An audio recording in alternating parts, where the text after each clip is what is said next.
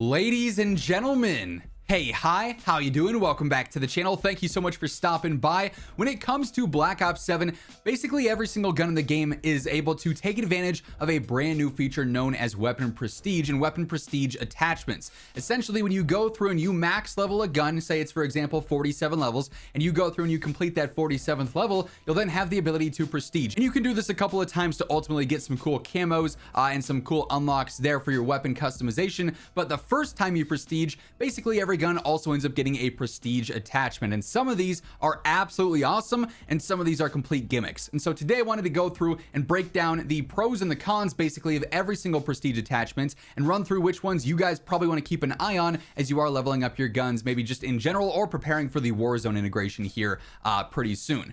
First up, just as an example here, for instance, on my AK-27, I've got this thing maxed out, and once you do that, you'll be able to see just under the name on the right side of the screen, right above my face cam here, there is Prestige available, and you can go through and see that you'll get the enhanced cycle system, for instance, here. With your weapon Prestige, you'll also end up getting a universal camo and one permanent unlock for a weapon attachment if there's one attachment in specific you really want to have on there. So definitely helpful there for sure, but going through and actually figuring out what each of these prestige attachments can be a little bit tricky. They have a full blog, but I've also simplified things a little bit as well for you guys. So essentially what I've done here is I've gone through and I've listed every single weapon that we've got in the game, and then also their prestige attachment that's available via the Call of Duty blog that broke all of them down. And essentially what I've gone through and done is color code each of these. So the green ones that we've got here are the prestige attachments that you want to keep an eye on. They could potentially be very advantageous either for multiplayer or Warzone or both. The yellow ones here are going to be ones that could be good, could be bad. It kind of depends on your playstyle and how interested you are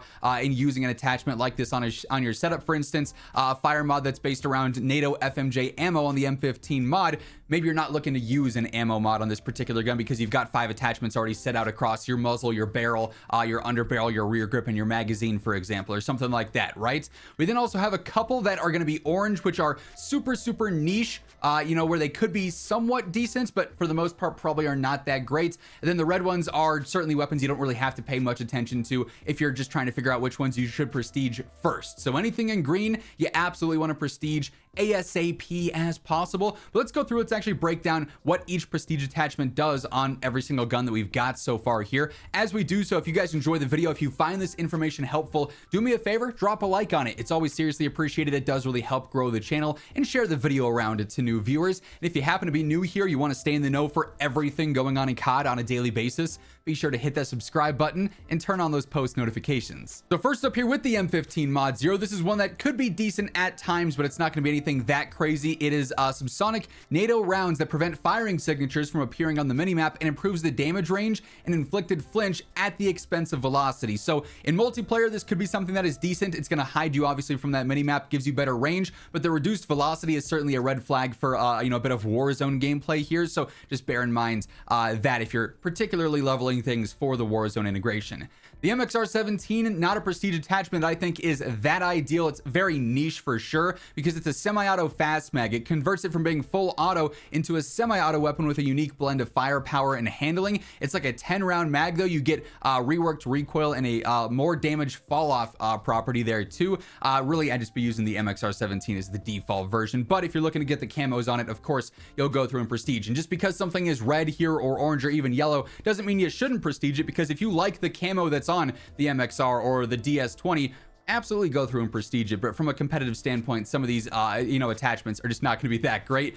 Unlike the Peacekeepers though, which I think is solid here, you get the Counterforce stock, retains the expected recoil improvements of the standard control stock with additional improvements to recoil stabilization, tack stance spread, while taking a minor hit to handling. It's just more recoil control. Certainly not a bad thing whatsoever if you were already planning on using a recoil based stock, and the Peacekeeper certainly needs some help in the control department, so that's definitely a W attachment for sure. The Maverick, kind of a hit or miss. It's going to be the MFS pulse load barrel, a short and lightweight barrel that's going to improve handling, far more stable when in the air and landing, with a significant bonus to mobility, all at a moderate cost to damage range. This is already a very aggressive rifle though, so if you're playing it more aggressive, the damage range reduction won't be a huge drawback, but it is a drawback, hence why it's yellow. But better mobility here and better handling is certainly a W there too, so one that could be useful in certain situations.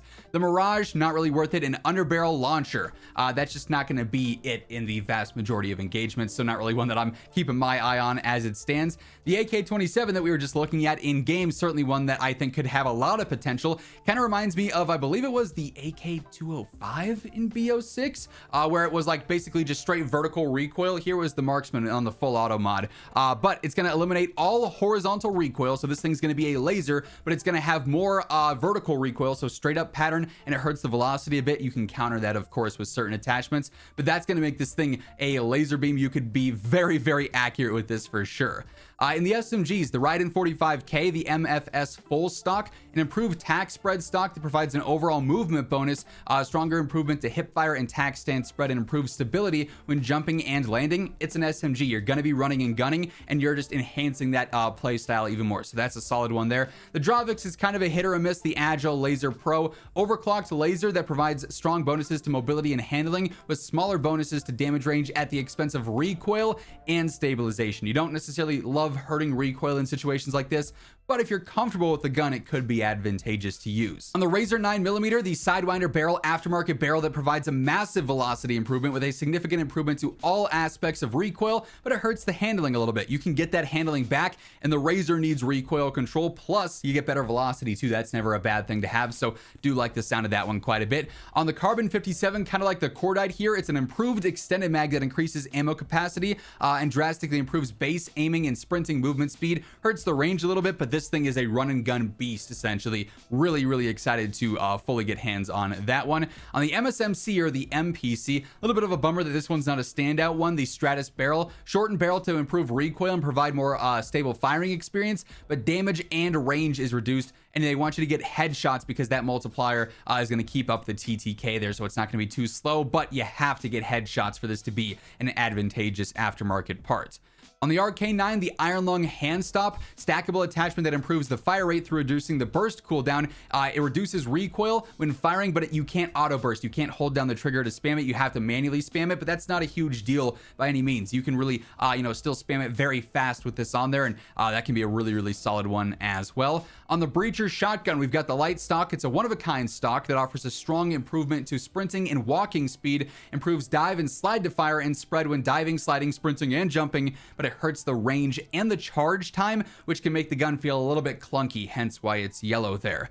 The Echo 12, very niche. Greyhound barrel, extended barrel to provide a massive improvement to velocity with a slight improvement to ADS spread and additional improvements to recoil control at the expense of range. So for the most part, not really doing that much, but if you wanted to try it for the better spread and whatnot, maybe you get some success with it, but for the most part, not really a standout. The Akita, the shock stock, provides a significant bonus to mobility and handling, hurts the recoil control, not a problem on a shotgun, and then the spread a little bit we can sort of get back with some other attachments. On the LMGs, the MK78, the heat shield belt fed, takes longer to overheat and improves mobility, in addition to removing movement penalties when firing, improves the recoil, but has a significantly longer overheat penalty, improves hip spread, but incurs an ADS spread penalty.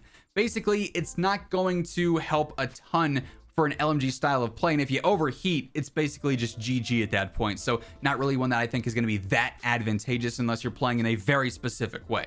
The XM325, not one that I'm really paying much attention to as it stands with the Motion Strike laser. Turns it into a mobile turret through an improved laser that massively reduces hip fire spread and increases the range, but it slows your movement speed to a crawl if you're hip firing.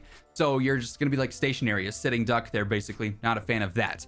Kind of a bummer, the M8A1 Marksman, a classic COD gun, of course, doesn't have a great aftermarket here. The tactical stock improves hip spread and tack stance spread.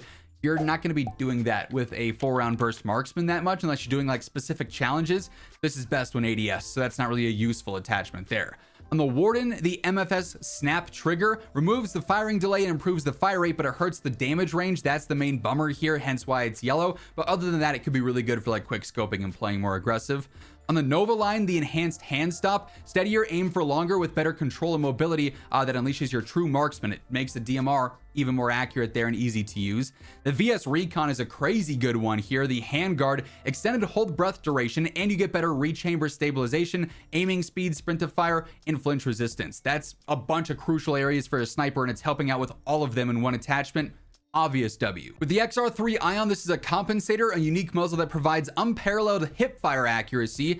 So if you're hip firing with a burst sniper, it could be great, but I don't think you're going to be hip firing with a burst sniper that much, right? So that's why it's yellow. The Shadow SK orange here, not really anything that crazy. Steady aim laser that improves sprint to fire and has better hip fire spreads in general here. But again, hip firing with a semi-auto sniper, is that really the move? Probably not. On the Jaeger 45, it's a barrel here. Enhance the potential of it with a unique barrel that can eliminate enemies with a single headshot, but it comes at the expense of fire rate, mobility, handling, and control. Basically, envision it like a Desert Eagle, basically, or a 50 GS, where it could be good if you're getting the headshot, and it's not going to be great if you're not, hence why it's yellow. On the Coda 9, you get a bulk mag, basically turns it into like a pocket SMG, offers a bonus to recoil, stability, and mobility in exchange for weapon swap speed, but if you just pull it out right as you spawn, it's going to be fine there. Decreases the damage, but improves the damage range. Basically turns it into a spray and pray machine, if you will. And then lastly here, the Velox 5.7 short barrel that provides a strong improvement to movement speeds and in-air handling, improves jumping and landing stability and weapon swap speed. So it just makes a pistol more aggressive. Never a bad option here. And then the launchers and the knives or the melees rather, don't have any prestige attachments. So there's quite a few here that can be very, very good. And I'll go ahead and I'll zoom out. If you guys want to screenshot this in a couple of different ways, you absolutely can. We'll actually stretch this out so you guys can see things a little bit easier here across the board. If you want to go through and screenshot this so you have a way to easily track exactly which prestige attachments are more advantageous or which ones you want to avoid, feel free to do so. But yeah, there's a lot of really fun options and then a lot of gimmicky options as well. But that being said, that's going to wrap things up. Hopefully this video helped you out. If it did, do me a favor, drop a like on it. And if you're new to the channel, hit that subscribe button to stay in the know for everything going on in COD. But once again, thank you so much for tuning in. And until next time, take it easy. Have an awesome rest of your day. And I'll catch you later. Peace out.